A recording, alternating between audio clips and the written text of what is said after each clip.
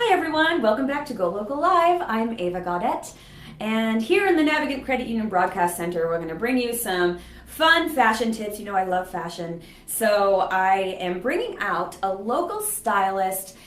She's done a lot of cool work here in our area for styling different photo shoots and personal styling. She's going to give us some tips on how we can transition from the summer season to the fall with our wardrobe. We're going to find out a little bit about her blog. I'd like to introduce to you Olivia Rodrigues.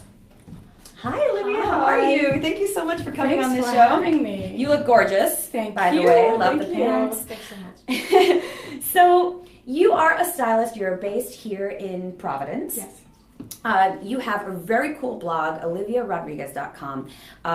It goes into a little bit about the services that you offer. Also provides some cool tips. You have some videos, a blog, that kind of thing. So tell us a little bit about how you got started as a stylist. Okay, so I started as a fashion blogger. I was pregnant at the time, and I felt that it would be fun to blog about my maternity style. Oh, I love that. Yeah, Yes. but I'm gonna say deep down, I think my styling career started with my obsession with clothes from the very young age. So like I always tell everyone, I was a type of high school friend that would borrow her friends' clothes and sort of like never return them. That's awesome. Yeah, that's how far the obsession. Don't lend Olivia any clothes.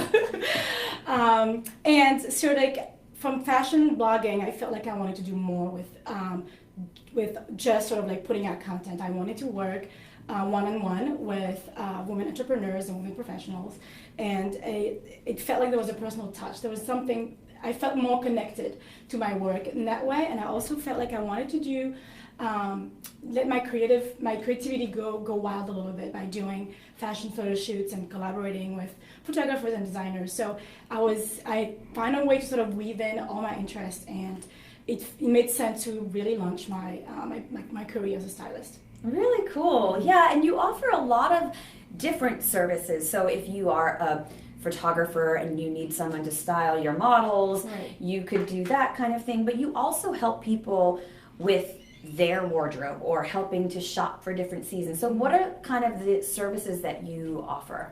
So I do closet upgrades. So I go into your closet. And you get rid of those things that you've had for 20 years, like I have in my closet? Yes, and we really look at the things that make you feel really good about yourself, and we also look at the things that no longer serve a purpose. Right. Because if you haven't worn it in about a year, then you're probably not going to wear it within the next 6 months. So we look at that, and we'll look at what we can add to complement what we're keeping. So we're looking at the colors that attract you, like the kind of vibe you're looking for when you're going at work.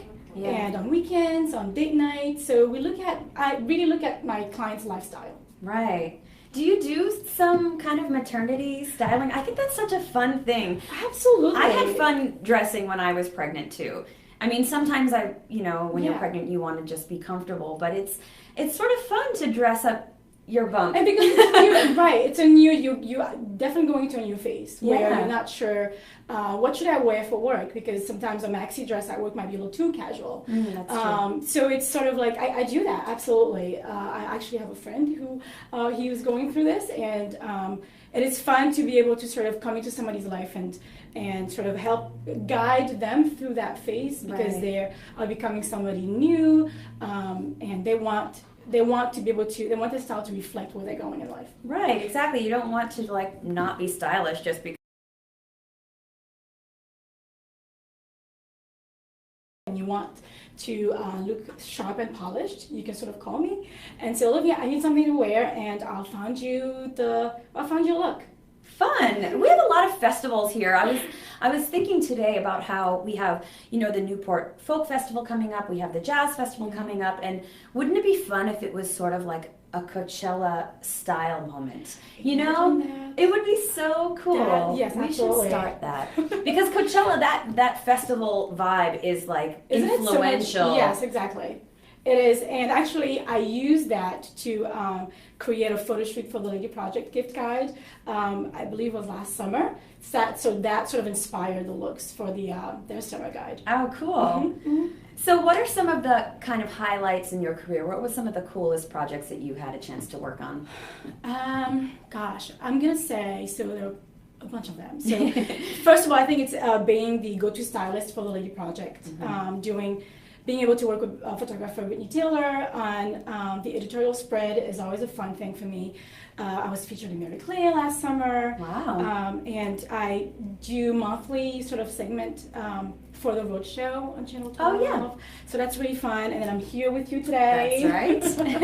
And then also, so this year is a really special year for me because I've been named Best of Rhode Island 2017. Amazing. So I will be at the party this Thursday. You're invited. Oh, fun. Yeah, tell us about that. So I'm not sure who nominated me, but I guess I was Who cares? on the list. And I guess, it looks like to me, I think it's a reflection of the support that I have out in the community, and people are actually seeing my work, and if they really love what I do, and I think that's, again, it's a reflection of my work and where I'm going. So it feels great to have that to receive that kind of validation from That is awesome. from Rhode Island. Sure. Congratulations on that. Thank That's you. a really great accolade Thank you. you've received.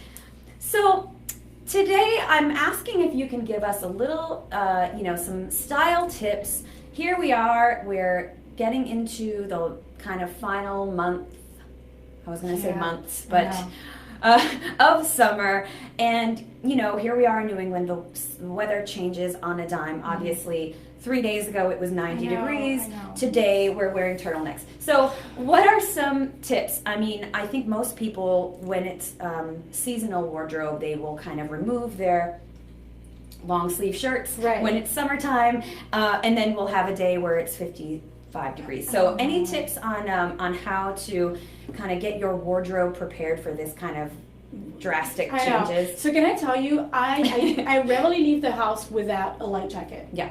And that's just because I'm a warm person, so I just never know if it's gonna turn like a weather like today. So for me, I always recommend a jean jacket is always nice. I feel like it's so versatile. You can throw it over even a dressy look, and you'll still look put together.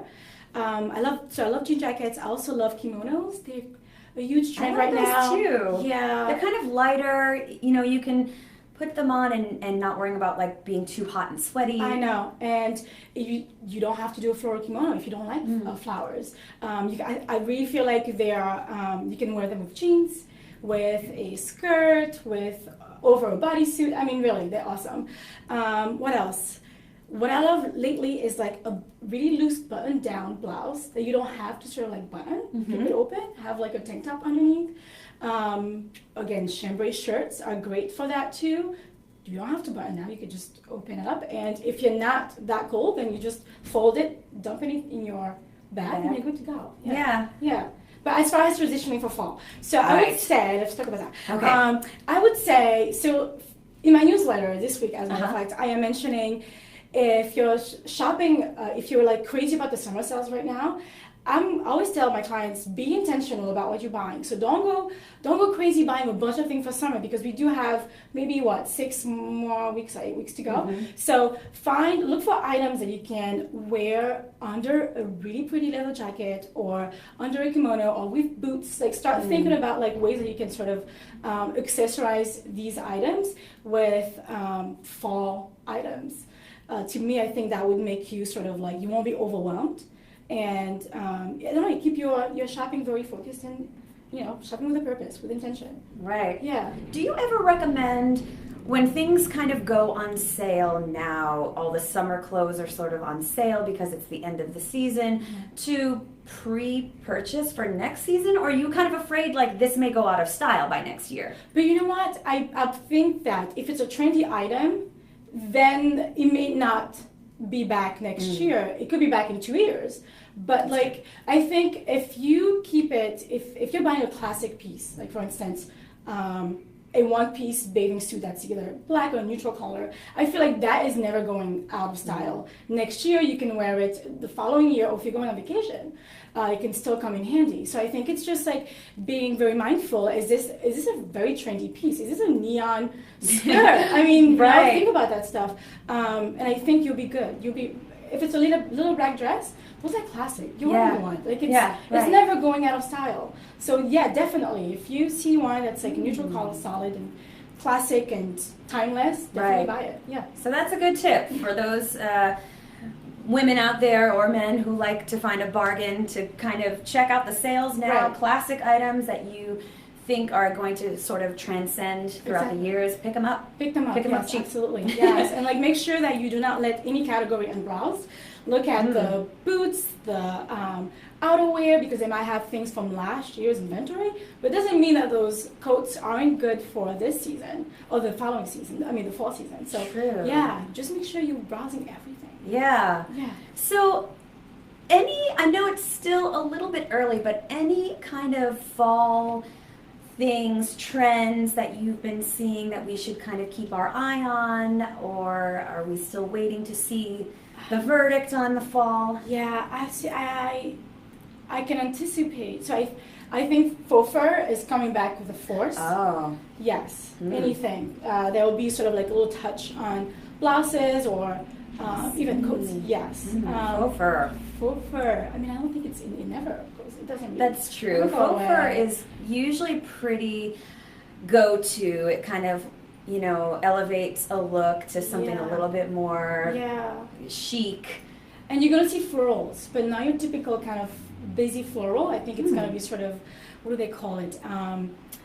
Campagne sort of flowers. It's like in French for countryside. So that sort of those kind of prints. It won't be busy, but it'll feel very, I don't know, sort of like picnic on the grass or something. I don't know how to explain it, but that's something that you should sort of look out for. Florals for the fall. That's cool. Yeah.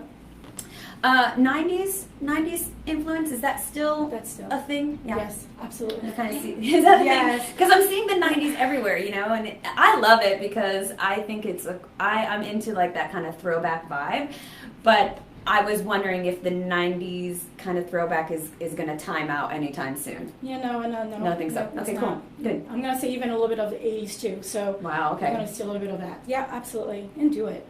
Again, it's timeless. And you're seeing like the chokers and the brown lipstick and all those like 90s kinds of things, so I'm into it. And statement necklaces too might be coming back. Okay. Good. You're doing everything correctly. Perfect. Well, Olivia, thank you so much for being here today, giving us some really cool tips on how to sort of transition this crazy weather. It was really awesome to be here with you. Thank you. Oh, of course. And you can check her out on oliviarodrigues.com.